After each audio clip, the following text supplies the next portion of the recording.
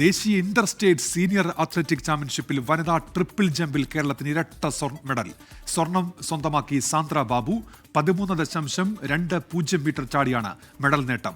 13.15 metre ചാടി അലീന ഷാജി വെള്ളി medal നേടി. മെഡൽ നേടാനായതിൽ സന്തോഷമെന്ന് അലീന ഷാജി 24-നോട് പറഞ്ഞു.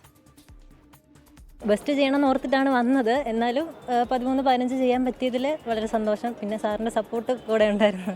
ക്ലൈമറ്റ് എനിക്ക് പ്രശ്നമായിട്ട് തോന്നിയില്ല. നല്ലപോലെ വാം ആവുന്നുണ്ടായിരുന്നു. പിന്നെ ട്രാക്ക് കുറച്ച് ഹാർഡായ പോലെ എനിക്ക് തോന്നി. പിന്നെ കുഴപ്പമില്ല, ചെയ്യാൻ പറ്റി.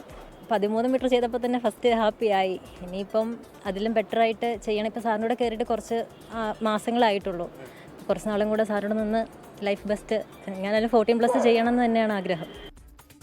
ട്രിപ്പിൾ ജമ്പ് അവസാന ചാട്ടത്തിനിടെ സാന്ദ്ര ബാബുവിന് പരിക്കേറ്റു. കാലിന്റെ കുഴക്കാണ് പരിക്ക്. നാളെ നടക്കുന്ന ലോങ് ജമ്പ് മത്സരം നഷ്ടമാകും.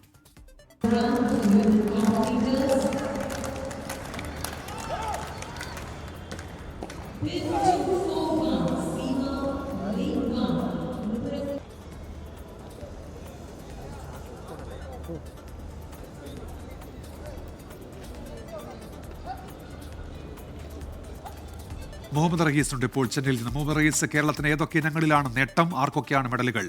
മുഹമ്മദ് റയീസ്.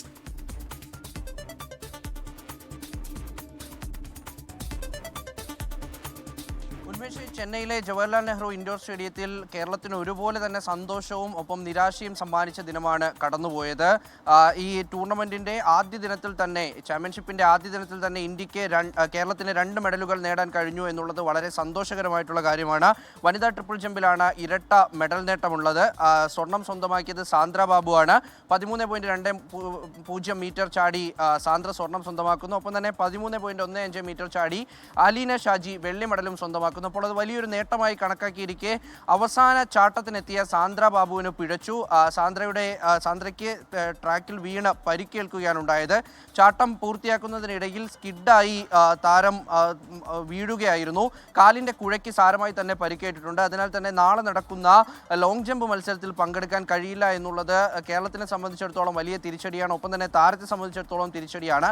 ചില ഫിറ്റ്നസ് പ്രശ്നങ്ങൾ ഒക്കെ തന്നെയും ഉണ്ടായിരുന്നു. പക്ഷേ അതൊക്കെയും മറികടന്നുകൊണ്ടാണ് സീനിയർ അത്ലറ്റിക് ചാമ്പ്യൻഷിപ്പിൽ എത്തുകയും സ്വർണ്ണ മെഡൽ തന്നെ നേടുകയും ചെയ്തത്.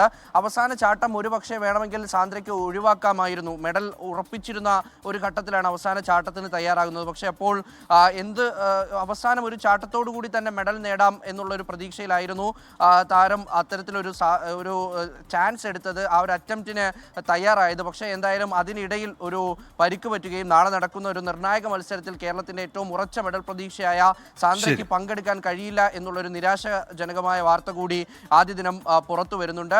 4 ഫൈനലുകൾ നടന്നതിൽ ഈ ഒരു ഇനത്തിൽ മാത്രമാണ് കേരളത്തിന് 2 മെഡലുകൾ സ്വന്തമാക്കാനായത്. എന്തായാലും നാളെയും ഒക്കെ കേരളം പ്രതീക്ഷിക്കുന്ന ഒരുപാട് മത്സരങ്ങളുണ്ട്. ഉന്മേഷ്, പ്രതീക്ഷയോടെ കേരളം നാളത്തെ മത്സരങ്ങളിലേക്ക് കടക്കുകയാണ്. ലോകത്തെവിടെയായാലും ഏത് സമയത്തും 24 വാർത്തകളും ഓഗ്മെന്റഡ് റിയാലിറ്റി പാക്കേജുകളും എക്സ്പ്ലെയിനറുകളും വിശദമായി കാണാൻ ഞങ്ങളുടെ യൂട്യൂബ് ചാനൽ നിങ്ങൾക്ക് സബ്സ്ക്രൈബ് ചെയ്യാം.